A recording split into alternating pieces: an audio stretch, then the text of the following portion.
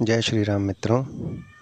मुझे पूरी आशा है कि रामायण अवश्य सुने के सारे अध्याय आपने देखे होंगे और सुने होंगे। मैं उम्मीद करता हूँ कि आपको वो सारे अच्छे लगे होंगे। अब मैं रामायण की कुछ सर्वश्रेष्ठ चौपाइयों का शाब्दिक अर्थ आप तक पहुँचाने का प्रयत्न करना चाहता हूँ। अगर आपको ये प्रयत्न मेरा अच्छा लगे, सुनिएगा और इस चैनल को लाइक, सब्सक्राइब और शेयर अवश्य करिएगा। धन्यवाद मित्रों। अब कुछ चौपाइयों के अर्थ मैं प्रारंभ करता हूँ। प्रभु श्री रामचंद्र जी का नाम लेके बोलिए जय श्री राम। तो पहला कुछ इस प्रकार है चौपाई का अर्थ।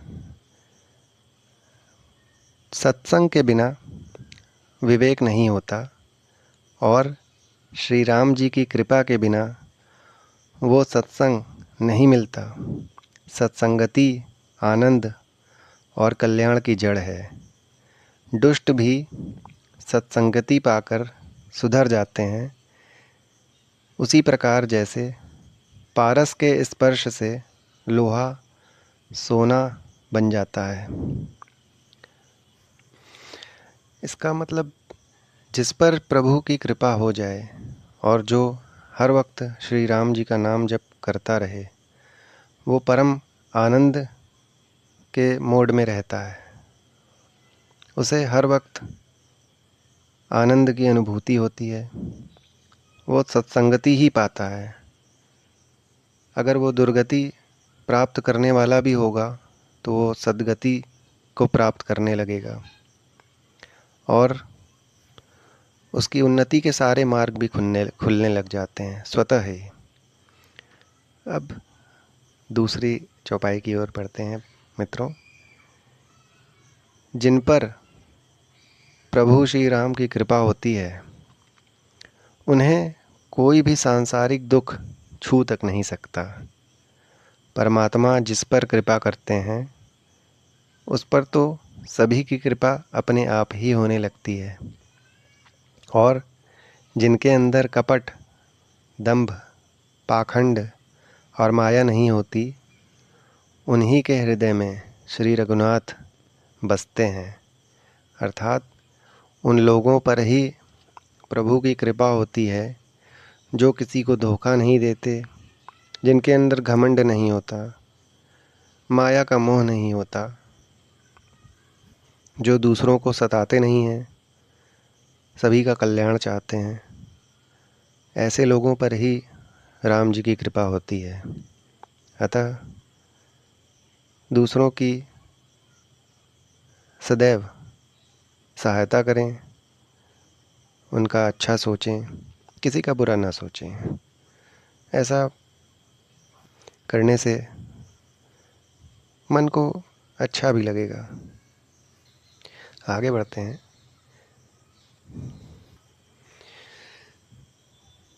मेरे सारे कष्टों को दूर कीजिए प्रभु।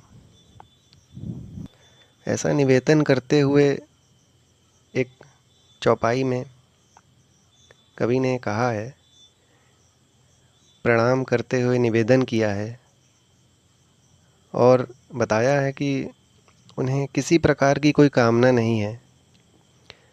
प्रभु सदैव दीन दुखियों पर दया करते हैं, ऐसी उनकी प्रवृत्ति है। तो उनके भी मेरे भी सारे भारी संकटों को हर लीजिए और कृपा दृष्टि बनाइए। हरि अनंत हैं, मतलब उनको कोई पार नहीं पा सकता और उनकी कथा भी अनंत है। सारे संत लोग उसे बहुत प्रकार से कहते हैं और सुनते हैं। रामचंद्र के सुंदर चरित्र करोड़ों कल्पों में भी गाए नहीं जा सकते हैं। उसे छंदबद्ध नहीं किया जा सकता, इतना विशाल उनका चरित्र है। शिव जी कहते हैं माता पार्वती से, भवानी सुनिए, जिनका नाम जप कर ज्ञानी मनुष्य संसार रूपी जन्म मरण के बंधन को काट डालते हैं, क्या उनका दूत किसी बंधन में बंध सकता है? लेकिन प्रभु के कार्य के लिए हनुमान जी ने स्वयं को शत्रु से बंधवा लिया है। अर्थात मतलब जब हनुमान जी लंका गए थे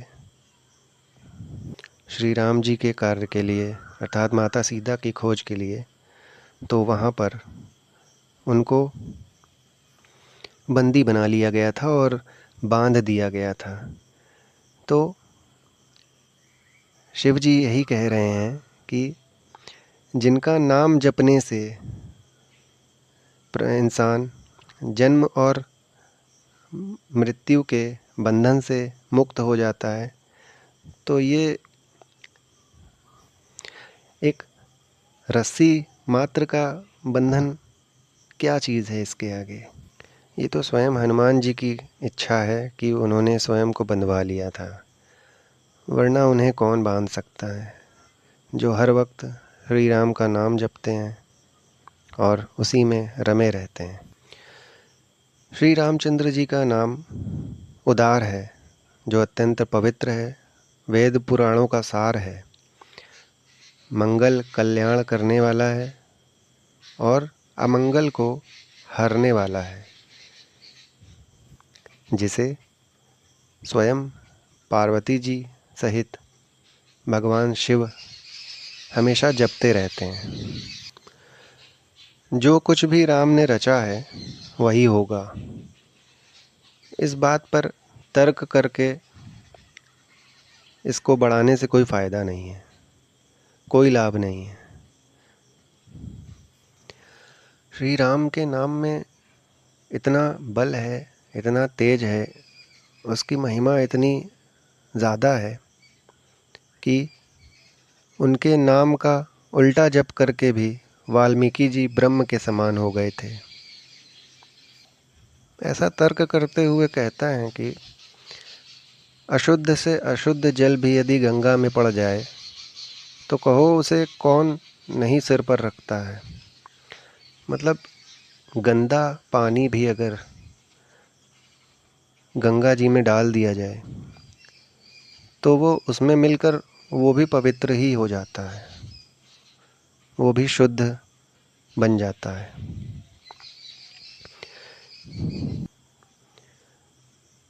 कोई भी काम करने से पहले उसके परिणाम के बारे में विचार कर लेना चाहिए।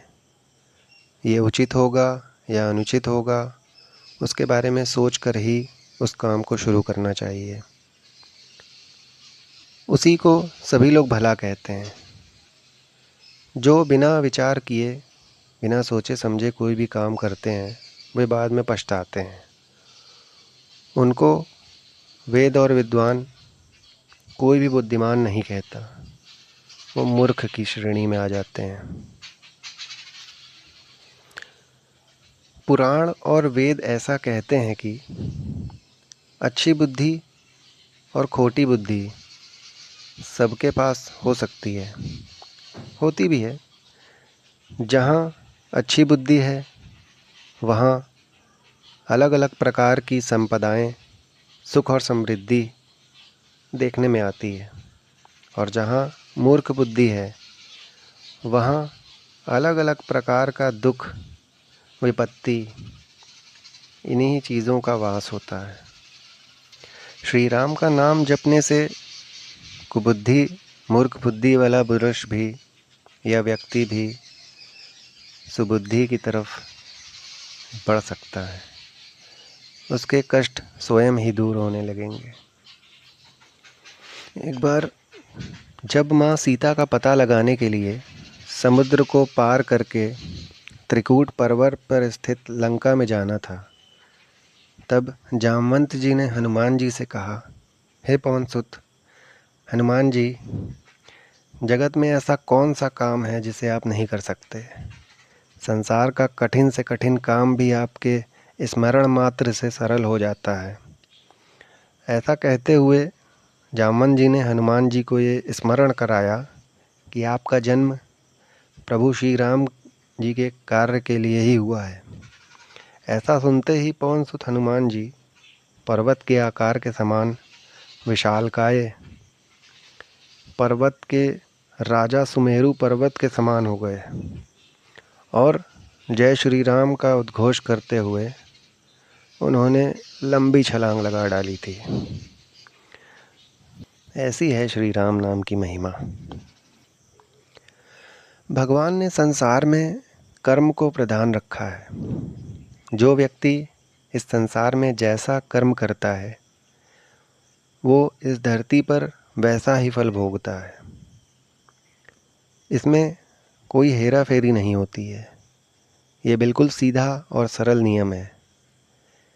अगर कोई व्यक्ति अच्छे कर्म करता है तो उसे शांति और समृद्धि मिलती है, परंतु यदि कोई दुष्कर्म, बुरे काम करता है तो वह इसी धरती पर उसका दंड भी भोगता है, दुख और विपत्तियों में ही पड़ा रहता है। इसके अलावा जो व्यक्ति कर्महीन होता है, कोई काम ही नहीं करता, उसे अलग अलग प्रकार के पदार्थों से परिपूर्ण इस धरती पर कुछ प्राप्त नहीं होता, निष्क्रिय रहता है वो। इस पर तुलसीदास जी ने कुछ पंक्तियाँ भी लिखी हैं। सकल पदार्थ यही जग माही, कर्महीन नर पावत नाही। तुलसीदास जी और ये भी कहते हैं, हे भाई, दूसरों की भलाई के समान कोई धर्म नहीं है और दूसरों को दुख पहुंचाने के समान इस संसार में कोई नीचता या पाप नहीं है। सारे वेदों और पुराणों का ये सार ज्ञानी लोग अच्छे से जानते हैं। इसलिए सदैव अच्छे कर्म करें, बुरे कर्म का बुरा नतीजा होता है। धैर्य, धर्म, मित्र और स्त्री, इन चारों की सही परीक्षा खराब समय आने पर ही होती है। वृद्ध, रोगी, मूर्ख, निर्धन, अंधा, बहरा, क्रोधी और अत्यंत दीन, ऐसे भी पति का अपमान करने से स्त्री यमपुर में अलग अलग प्रकार के दुख पाती है। शरीर, वचन और मन से पति के चरणों में प्रेम करना ही एक स्त्री का एकमात्र धर्म है। रामायण में स्वयंवर के समय सीता जी प्रभु श्री राम की प्राप्ति करने के लिए भगवान से ये प्रार्थना करते हुए कहती हैं, सबके हृदय में निवास करने वाले भगवान शिव और पार्वती और गणों के नायक, वर देने वाले देवता गणेश, मुझे रघुश्रेष्ठ राम की दासी अवश्य बनाएं, क्योंकि जिस पर सच्चा स्नेह होता है वो उसे मिलता है, इसमें कोई संदेह नहीं है। ऐसा माना जाता है इस शरीर के प्राप्त होने का फल विषय भोग नहीं है। इस संसार में अलग अलग प्रकार के भोग हैं, परंतु ये सुख क्षणिक होता है। स्वर्ग का भोग भी बहुत थोड़ा ही होता है और अंत में दुख ही देता है। इसलिए जो लोग मनुष्य शरीर पाकर विषयों में मन लगा देते हैं, वे मूर्ख अमृत को बदलकर विष पी लेते हैं। इसलिए अपने मन को विषयों से विरक्त रखना चाहिए। विषयों के प्रति आसक्त करना मृत्यु को खुद ही गले लगाने के समान होता है। इसलिए दुर्लभ शरीर को सत्कर्म में लगाना चाहिए, प्रभु नाम का जप करना चाहिए। यही सद्गति की ओर हमें ले जाता है। ऐसा धन बहुत ही उच्चतम है, जिसकी पहली गति होती है जो दान देने में खर्च किया जाता है। वही बुद्धि धन्य है जो पुण्य में लगी हुई है। वही घड़ी धन्य है जब सत्संग हो, और वहीं जन्म धन्य है जिसमें ब्राह्मण की अखंड भक्ति हो। धन की 3 गतियाँ होती हैं: दान, भोग और नाश। दान उत्तम है, भोग मध्यम है और नाश नीच गति है। जो पुरुष न दान करता है न भोगता है, उसके धन की तीसरी गति होती है, अर्थात उसका नाश हो जाता है। सब प्रकार से देखा जाए तो श्री राम का नाम सबसे बड़ा है। नाम की महिमा अपरंपार है। राम से बड़ा नाम का नाम, इसलिए जपिए सब प्रभु का नाम, सदैव जपिए, हर वक्त जपिए। धन्यवाद मित्रों। अगर आपको ये चौपाइयों का शाब्दिक अर्थ अच्छा लगा हो तो कृपा करके इस चैनल को लाइक करिए, सब्सक्राइब करिए और शेयर करिए, जितना ज़्यादा आप कर सकें। धन्यवाद मित्रों। जय श्री राम।